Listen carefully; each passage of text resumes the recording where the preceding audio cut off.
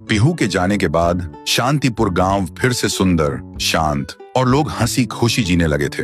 एक रात गांव में एक शादी हो रही थी। पूरा गांव शामिल था। सब धूमधाम से शादी मना रहे थे और तभी गुड़िया जमीन में लेटे हुए आती है और अचानक उठकर सीधा दुल्हन को खा जाती है। ये देखते ही लोगों के बीच में अफरा तफरी मच जाती है। कोई भागता है, कोई चिल्लाता है और वो गुड़िया खड़े होकर एक बच्चों जैसा गाना गाती है और फिर एक के बाद एक सबको मौत के घाट उतार देती है और फिर वो गायब हो जाती है।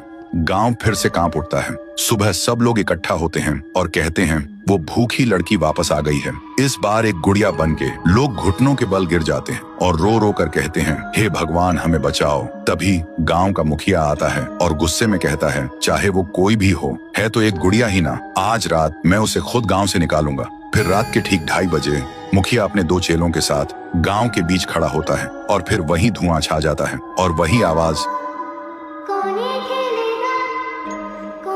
वो गुड़िया धुएं से निकलती है और सीधा मुखिया के पास चल के आती है। मुखिया कहता है, निकल जा मेरे गांव से, नहीं तो तुझे यहीं बिखरा दूंगा। गुड़िया हंसती है और कहती है, तेरे से पहले भी किसी ने ये सोचा था। और उसी पल वो गुड़िया बड़ी होने लगती है और अपनी पैर से तीनों को कुचल के मार डालती है। सुबह जमीन पे सिर्फ खून के धब्बे रह गए थे, लाशें जैसे हवा हो गई हो। लोग समझ गए ये कोई आम गुड़िया नहीं, इसके अंदर कुछ और ही शक्ति है। तभी गांव की एक बूढ़ी औरत कहती है, इस गुड़िया को हम गांव से नहीं निकाल सकते, इसे तो सिर्फ पीहू ही गांव से निकाल सकती है। फिर सभी लोग उसी जगह जाकर खाना रखते हैं और दिल से पीहू को पुकारते हैं, भूखी देवी वापस आइए, गांव को बचाइए। तभी जमीन से एक आवाज निकलती है पीहू, पीहू, पीहू। और मिट्टी से बनने लगती है पीहू। लोग चिल्लाकर कहते हैं, देवी हमें बचा लो। फिर रात होती है।